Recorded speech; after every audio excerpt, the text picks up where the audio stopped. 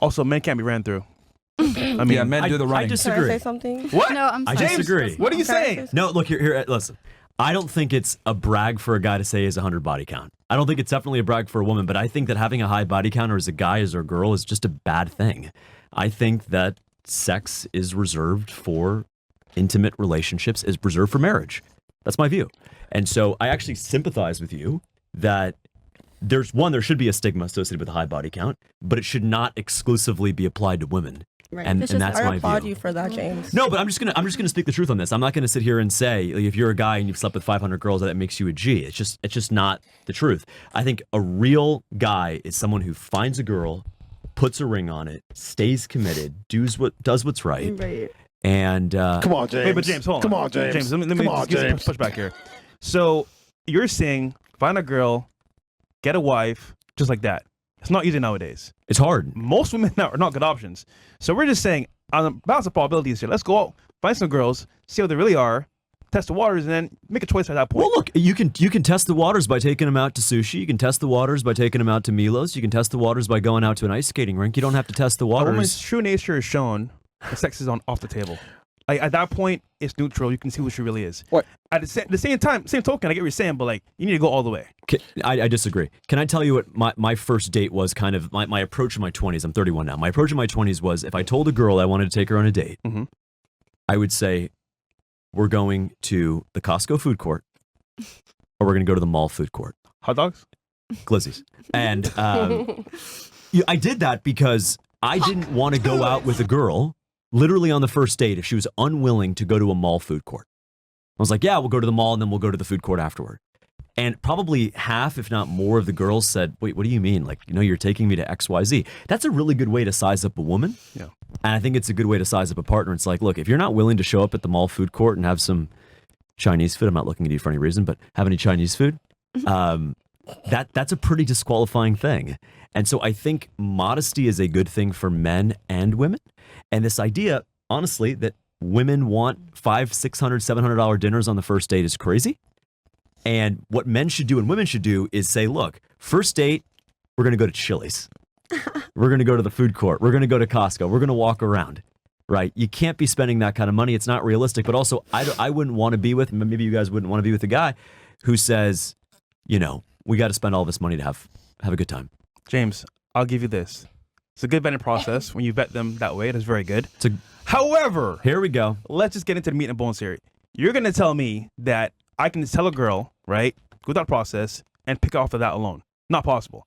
There has to be multiple layers of vetting, but this is what I'll say. In the long run, guys have options because their status, their money, their looks. But in reality, the options aren't that good. So to find them out the full way, you have to go all the way. And look, I'm just saying, like, sex is on the table, but you got to go at least close to that to figure out who she really is. But what do you mean? Who she really is? What does that mean? Because remember, there's a battle going on between the sexes. The man wants sex. The woman wants, to be provision. Yeah. So at that point, it's kind of like, who's gonna win that battle up front? Why is it a battle? It's just how it is. Like, whenever people are together, there's a value exchange. But what do you learn from having sex with a woman before marriage? Like, what do you actually learn about them? That she have good pussy. But seriously, like, what do you learn about her ability to stay committed, her ability to be a committed woman, to raise your children, to be a partner? What do you learn about that? Put it this way: take sex off the table. What do you really have with a woman? You have a lot. Commitment, love, okay, support, so let's get past that part. Why? And let's see who she really is. Because imagine I go to I say something? Mercedes, right? And I say, you know what? Give me the first car in the lot. I don't like the car. It drives shitty, high mileage. But listen, I agree with you. Men should test drive relationships, so that doesn't mean sex. Well, listen. It means the ups and downs of a relationship. I get that point, but let's just, for argument's sake, sex in itself could be considered really bad because you can get her pregnant, STDs, 100%. But my point of view is, like, if you don't have sex with a girl, right, at some point before marriage, how do you know it's, like, going to be good? What's going to be good? Sex. Why is that your basis but why, of marriage? seriously, I don't know why that's like, well, think about it. If you're married for 40, 50 years, what percentage of the time are you going to be having sex with a woman? Less than 1% of 1% of the time. Yeah. So why don't we focus on the other 99.9% of the interactions? cooking, going out. How do you guys handle stress, consternation, fights, I agree, support? but Why are we so, as men, and I'm saying this as a guy, why are we so obsessed with literally less than 1% of the time that we're going to spend is having sex with a woman? I agree. I'm saying let's get out of the way now. Why? Can I say something? Because okay, All right, let me ask hold this. on. Brad and Tom didn't wait for sex. Who's that? The guys before me, right? They didn't wait for sex for till marriage. Why am I gonna wait? Well, look, okay. If you wanted to find out if a woman was the right woman, or ladies, if you want to find out the guy was right, you have two options. You can have sex with them for 6 months, or you can travel the world with them for 6 months. Which one are you picking? Travel the world. Wait, Right. so but who's paying though? Irrelevant. The guy's paying, right? Irrelevant. So you know the girl. I mean, All right, okay, you guys are going to backpack Europe, you're going to sleep in hostels, you're going to have Still McDonald's. travel. Still travel. Because Ew. guess what? The travel plans are going to go wrong. You're going to have fights. She's going to be hungry. You're not going to, all that stuff. That's what I would want to see in a relationship, is not who's better in bed, but who's actually going to handle the stress, the uncertainty, the back and forth 6 months on the road. Yeah, but the guys is paying up front 100%, and the girls have to sit here and be like, okay, maybe sex is one thing. Well, look, I'm not taking him to the Ritz-Carlton in Paris. We're Yeah, staying, facts, all we're right. staying at a hostel. I mean, $50? can we do a twin bed? That's okay, Yeah, right? Yes. Girls? I mean, no, Listen, these girls there's a don't do need that, for though. vetting. 100%. I agree with you. We agree there's a need for Yeah, vetting. Do we but- all agree that we should vet? Yes. Absolutely. Right? But you're of the opinion, correct me if I'm wrong, that vetting is sex. That's part of the process. Including Yes. sex. Most. But you're saying it's most of the process. No. It's a part of it. It's not the main thing. But What's the main thing? again, compatibility. Because, for example, sex may be good in the moment. Like you said, it can fade away. But at the same time, how do I know all components if I never had it from the very beginning? Can I say I something? can assume after marriage is going to be great, but I don't know. Might be bad chemistry. She may not like sex herself. She may divorce me after that. You really don't know until after the fact. So why go into it blindly? I can go from the very jump, get the cow's milk, and buy the cow at the same time. Can I say something? Interesting. So, 2 points I have to make. Sure. First point, you guys don't like 304s, but then you're saying that part of the most important part of vetting is to know that the sex is compatible. So if you want someone who's so sexually skilled, why are you so against 304s when that's the people that have the experience and the skill? No, you're not actually saying that. You're saying that you enjoy exploiting women's body for sexual gratification, and that you would never give a woman who would have sex with you before marriage or before commitment the actual commitment. So it's kind of So then, hypocritical. why Hold do you on. fuck then? Hold on, I'm not done. It's kind of hypocritical because you're saying that you want a virtuous woman who has a low body count, but yet you're out here putting your dick in every single woman, making everybody's body count higher. I mean, not every single woman. Well, first of all, they're going to do it anyway. Everyone that you Hold on. can. They're going to do it anyway, right? So that's beyond just me or, for example, someone else. They're going to smash people anyway. My point is, long-term actual relationships do need a vetting process. Wifey. However, when it comes to sex, yes, it could be done after marriage, but the problem is, let's be real here. Sex in itself isn't the most important thing, but it's very important when it comes to compatibility. And if that doesn't work out properly, you're fucked either way. What does incompatible sex look like, genuinely? Okay, Starfish for sex. example, right? You meet her. She got like, what, 40 bodies? You got 2 bodies. You don't know how to treat a pleasure a woman properly. And this is just like a very niche example. She's like, damn, this guy is cool. He provides me, but like, I'm not satisfied sexually. You can She goes teach out. him. She goes out now. She's on your ass and says, "You know what, James? This is great, but this is not going to work out. Divorce."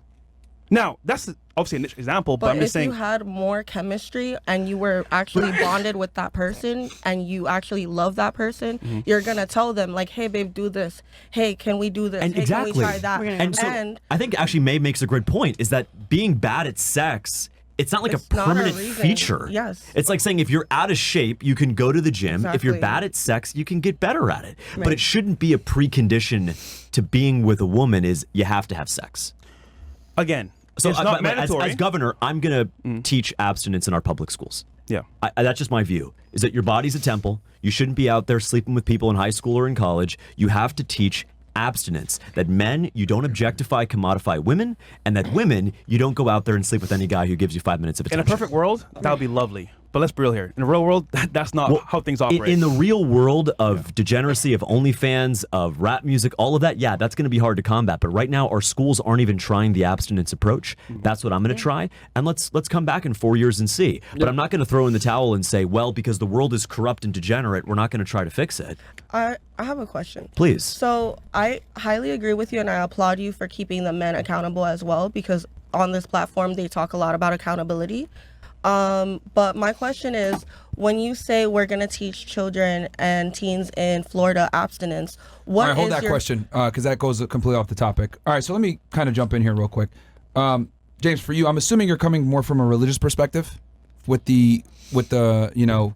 I think it's. I mean, I think my Christian faith would tell me obviously this is the wrong thing. Fair. But also, I think those arguments stand independent of the religion itself. Fair. Right? Like, look, abortion is wrong for religious reasons, but it's also wrong just independent of that. Okay, so, and I see you're coming more from a religious and, you know, moral perspective, but I'm going to speak more from like a biological perspective. So, Cool. because this whole started with men, you know, having multiple women, polygamy, whatever it may be. Yeah.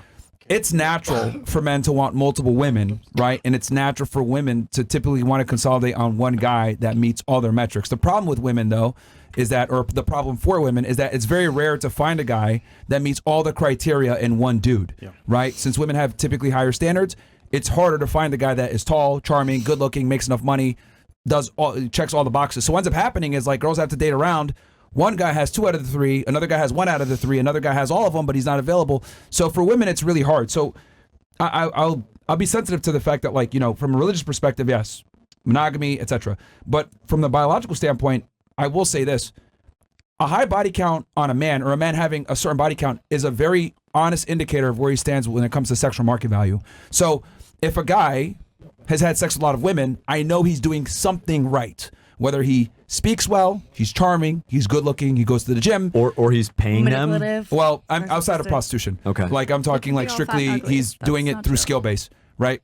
that don't count. He's doing, yeah, I wouldn't count that. But if he's having sex with a lot of women and not paying prostitutes, he's doing something right. Now, let me be clear about this. By our modern measure of society, he's doing something right. Yes, he's figured out the skill set, because it is a skill set and not many men have it, of how of being able to seduce women and be able to be attractive to women and garner sex. Now, that is a skill. I know some of you guys might say, oh, that's whatever. A select portion of men can do this. Very few men can actually do it, right? So it is a skill set. Now, on the other hand, a woman that's promiscuous is admonished by society, because obviously it's not hard for women to get laid, but it is very hard for men to get laid. So a guy, I know you said, hey, I don't consider it a G if you have sex with 200 girls. That's fine. But I would say we can objectively say that this guy is doing something right to be attractive enough to be able to get those girls. Now, let me be clear about this too. Like, if a guy chooses to be monogamous, right, or he has the ability to have other women, but he wants to be monogamous, that's separate. That's fine.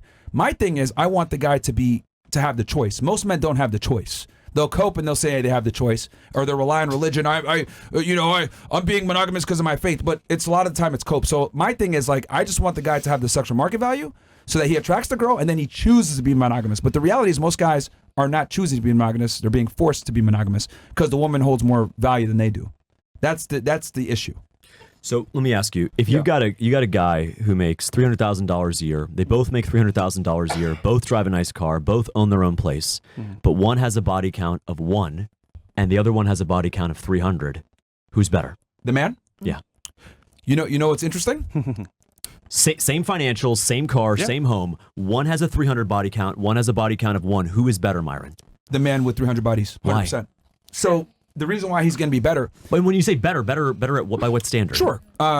Number one, he's going to probably be more charismatic. He's going to have more experience. He's going to understand women at a deeper level. Yep. Because when you've had sex with 300 girls, you just understand innate traits and features about women that can't be taught, right? You understand how to speak to them properly. You understand cadence. You understand speaking in the active voice versus the passive voice. These are all things that, like, men have to learn through trial and tribulation, and you just simply can't get it by being with one girl. So if you've hooked up with a lot of women, you start to pick up patterns that a lot of times you can't learn from other people, right? Because women have certain traits, and then you're also going to be able to, like, pick up on one of the things I've noticed guys have a big issue with is they can't read signals. So, like, if a girl's uncomfortable, like, guys don't understand, like, okay, I need to back off, build attraction again, maybe neg or whatever. Like, a lot of men don't understand these, like, very detailed, I I guess, traits Nuances, that yeah. women, or nuances. Yeah. And the guy that has 300 bodies, he's going to be able to better deal with her emotions. He's going to be able to better lead her. He's going to be able to better understand her emotions. He's going to be able to better navigate, any type of issues with her, because he understands women to a degree. And like, I know what you're saying, like, hey, well, do you need to have sex with them, blah, blah, blah. Fine. You don't even have to have sex with them, but you need to be at the point where you could. So how about this?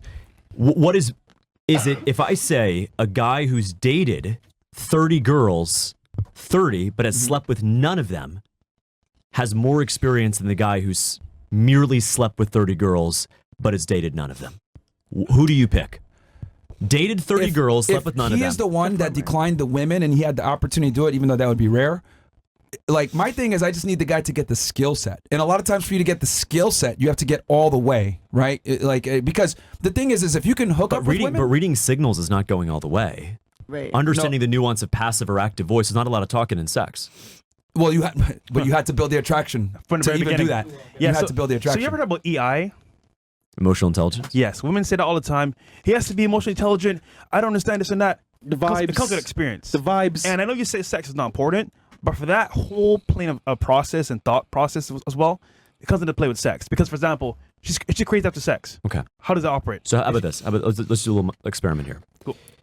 You got to hire 10 people to sell your new product, this female delusion cat food. Can I have it? Yeah, sure. So you're going to hire 10 people to sell this product, ladies, okay? You can have 10 people who are Harvard MBAs, Masters in Business Administration, or who have 0 body count, or you can have 10 people, men, who have a 300 body count. Who would you trust to have the emotional intelligence, the charisma, the ability to capture nuance? You want 10 MBAs, or do you want 10 guys with 300 body count?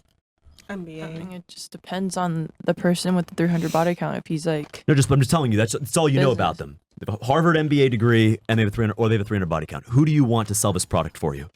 I think a lot of the girls don't know exactly what an MBA is. An MBA is a business It's degree. a business degree from the best If university. you have a that business 300 body degree- count person could be selling more of that. But he's saying you don't have compared to any the further You have no information. other information. Yeah. Who do you want to sell this stuff? The MBA, because they would have learned marketing, they would have learned sales, they would have learned demographic, they would have learned the ins and outs of the business. Okay. What do you think? I feel like for me, in my business, I take a lot of risk in yeah. different factors. We know. And I like the MBA person may not sell the product as much as the person that has 300 body count. That 300, like I Well, the whole point of this, by the mean, way, like, is does if I having a didn't wanna 300 take body count? If I didn't want to take the risk, obviously it's going to be the NBA player because they have marketing. No, not NBA, MBA. MBA. Master in MBA, Business. bro. Okay. All right. Choose So MBA. I'm just gonna say this with all due respect. I never ask women what they want because they're too stupid to identify what actually arouses them, and I'm gonna explain what I mean by this. The things that arouse women are politically incorrect, and they don't want to admit it. Right?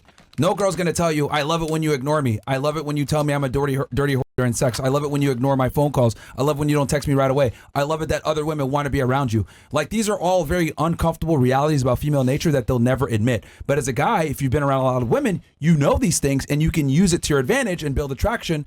And she's not even going to be able to identify. And they've done studies on this too, where like they've taken women and they ask them, "Hey, does this arouse you?" And they like hook up electrodes to their vaginas, right? And what women will do? Can you cite the study? Yeah, it's Yeah, from Northwestern yeah, University. Yeah. Thank you. But basically, and when I explain it, you guys are going to be like, "Yeah, this is true." Basically, this is what happened. They showed women and men erotic images, and they hooked up electrodes to their genitals, right, to see blood flow, and then they gave them a clicker. When they showed them the images, the guys, if they saw like a hot girl or, pornography or whatever, they clicked the button and then their genitals were aroused. The women, however, when they showed them a bunch of pornographic images, monkeys banging, dude walking on a beach, whatever, the women only clicked on what was politically correct. A guy walking on the beach and heterosexual sex. But they were actually being aroused by everything. So what women say and what women do are two different things. They're never going to tell you what they're actually aroused by because it would be politically incorrect and people would think they're sluts.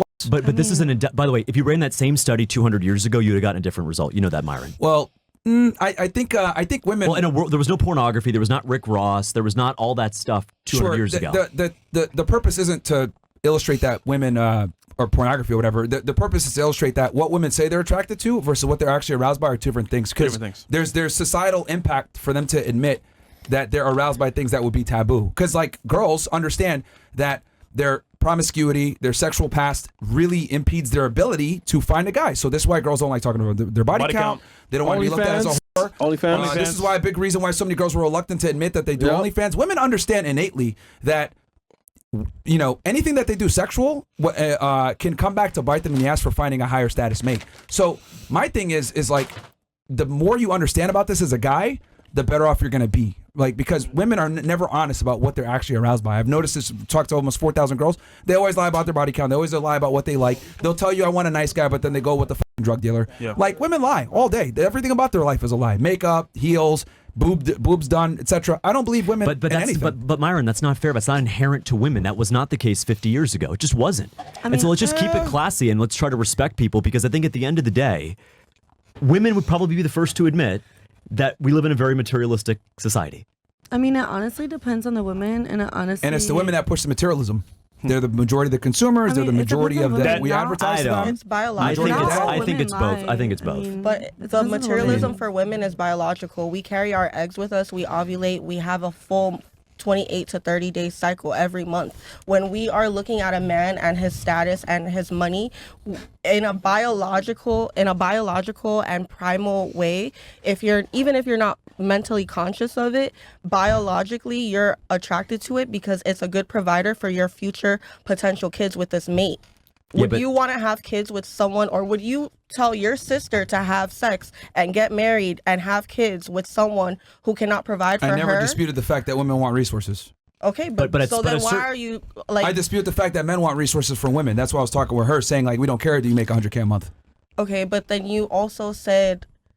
No disrespect, but men don't care about that. No, Actually, some of them do. At all. Like, Well, a lot of women, a lot if of they care about men. it, that's a bad person for you, because they're gonna use you, for example, as a Exploitive. wallet. Okay, so pretty a much. lot of men want women to cook, clean, take care of the kids, have an education, have our own money, go 50-50, be independent. Yeah, but you don't want those men. What? Yeah, these men tend to not be as desirable. Yeah, you don't want those unfortunately. Egalitarianism doesn't work. It's a lie. Men and women are not equal. We're better than you guys in almost every way. Like I don't. Well, I mean, you're not better at raising children than Men women. are better No, men are physically, actually women are better at that too. spiritually. They do better Single with fathers. single fathers do better than single mothers. Yeah. Okay, but single fathers She's do. out? Oh, I guess she got triggered. Oh, she's a model? She went the wrong way walk. I don't know. She just I guess she got mad. I didn't do How nothing. dare you? She said I didn't get mad. I'm just going. Myron, Past your Myron, bedtime. but a single father is always going to be worse than a mom and a dad at home, right?